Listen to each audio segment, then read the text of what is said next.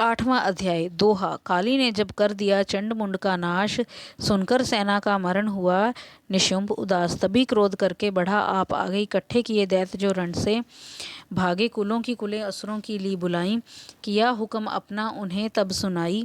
दिया हुक्म अपना उन्हें तब सुनाई, चलो युद्ध भूमि में सेना सजा के, फिरो देवियों का निशा तुम मिटा के। अध्यायुध और शुंभ थे दैत्य योद्धा, भरा उनके दिल में भयंकर क्रोधा। असुर रक्त बीज को ले साथ दाए, चले काल के मुंह में सेना सजाए। मुनि बोले राजा व शुंभ अभिमानी, चला आप भी हाथ में धनुष तानी। जो देवी ने देखा नई सेना आई, धनुष की तभी डोरी माँ ने चढ़ाई।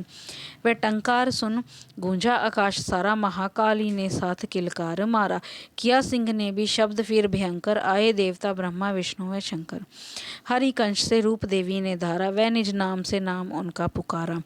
बनी ब्रह्मा के अंश देवी ब्रह्माणी, चढ़ी हंस माला कमंडल निशानी।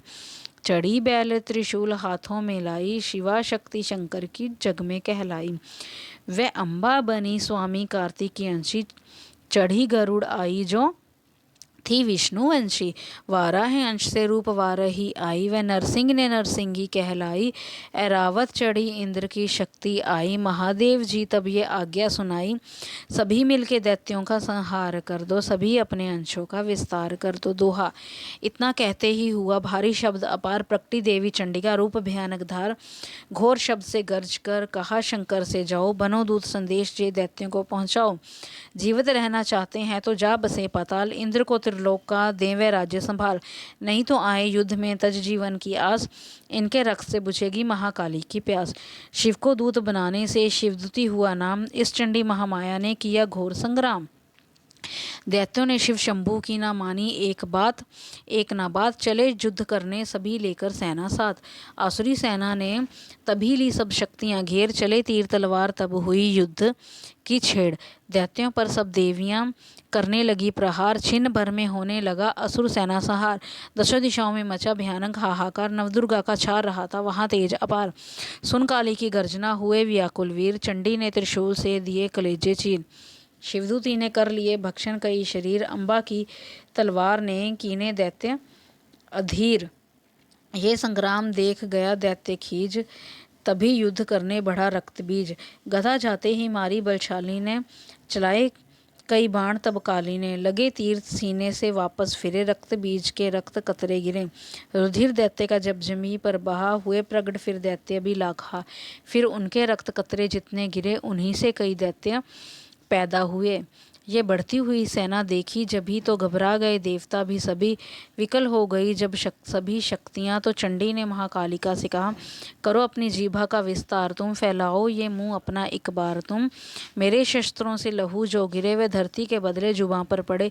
लहू दैत्यों का सब पिए जाओ तुम, ये लाशें भी भक्षण किए जाओ तुम। ना इसका जो गिरने लहू पाएगा, तो मारा असुर निश्चय ही जाएगा। दोहा। इतना सुन महाकाली ने किया भयानक वेश, गर्ज से घबराकर हुआ व्याकुल दैत्य नरेश। रक्त बीज ने तब किया चंडी पर प्रहार, रोक लिया त्रिशूल से जगदम्बे ने वार। तभी क्रोध से चंडिका आगे बढ़कर आई, अपनी खड़ग से दैत्य की गर्दन काट गिराई। शीश कटा तो लहू गिरा, चामुंडा पी गई, रक्त बीज के रक्त से सके ना निश्चर जी। महाकाली मुंह खोल के धाई, दैत्य के रुधिर से प्यास बुझाई। धरती पे लहू गिरने ना पाया, खप्पर भर पी गई महामाया। भयो नाश तब रक्त बीज का, नाची तब प्रसन्न हो कालिका। असुर सेना सब दीन सहारी, युद्ध में भयो कुलाहल भारी। देवता गण तब अति हर्षाए, धरियो शीश शक्ति पद आए। कर जोड़े सब विनय सुनाए, महामाया की स्तुति गाए। चंडिका तब दीनों वरदाना, सब देवन का कियो कल्याणा। खुशी से नृत्य किया शक्ति ने, वर ये चमन दिया शक्ति ने। जो ये पाठ पढ़े या सुनाए, मनवांछित फल मुझसे पाए। उसके शत्रु नाश करूंगी, पूरी उसकी आस करूंगी। मासम पुत्र को मैं पालूंगी, सभी भंडारे भर डालूंगी। दोहा। 3 काल है सत्य शक्ति का, ये शक्ति का वरदान। नवदुर्गा के पाठ से है सबका कल्याण, भक्ति शक्ति मुक्ति का है यही भंडार। इसी के आश्रय चमन हो भव सागर पार। नवरात्रों में जो पढ़े देवी के मंदिर जाए, कहे मारकंडे ऋषि मनवांछित फल पाए। वरदा तीवरदायिनी सबकी आस पुजाए, प्रेम सहित माया की जो भी स्तुति गाए।